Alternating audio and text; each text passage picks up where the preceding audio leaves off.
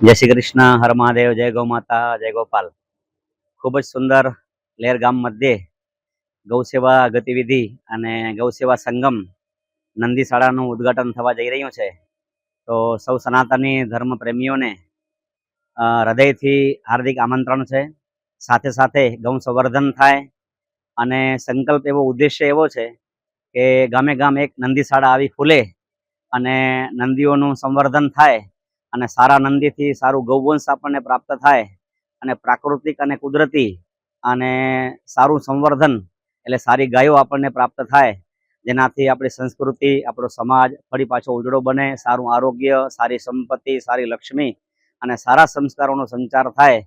એવા ઉદ્દેશ્ય સાથે ત્રિદિવસીય તારીખ 16, 17 અને 18 નંદી શાળાના ઉદ્ઘાટન પ્રસંગે ગૌ સેવા ગતિવિધિ અને સાથે ગૌ સેવા સંગમ, ગૌકથા તેમજ અનેક અલગ અલગ વક્તાઓ દ્વારા ગાય વિશે વૈજ્ઞાનિક મહત્વ, ગાય વિશે આધ્યાત્મિક મહત્વ અને ગાય વિશે શાસ્ત્રોમાં જેના પ્રમાણો આપ્યા છે એવા સાધુ સંતો દ્વારા ગાયનું વિશેષ ને વિશેષ મહત્વ અને નંદીનું વિશેષ મહત્વ સમજાવવામાં આવશે। એવું સુંદર આયોજન અહીંયા કરવામાં આવ્યું છે।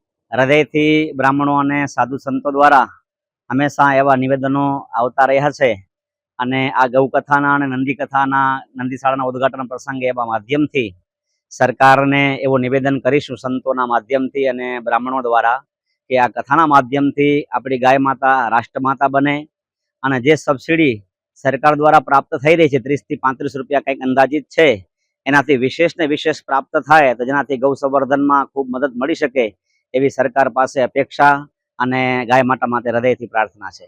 જય શ્રી કૃષ્ણ, અસ્તુ, જય મહાદેવ।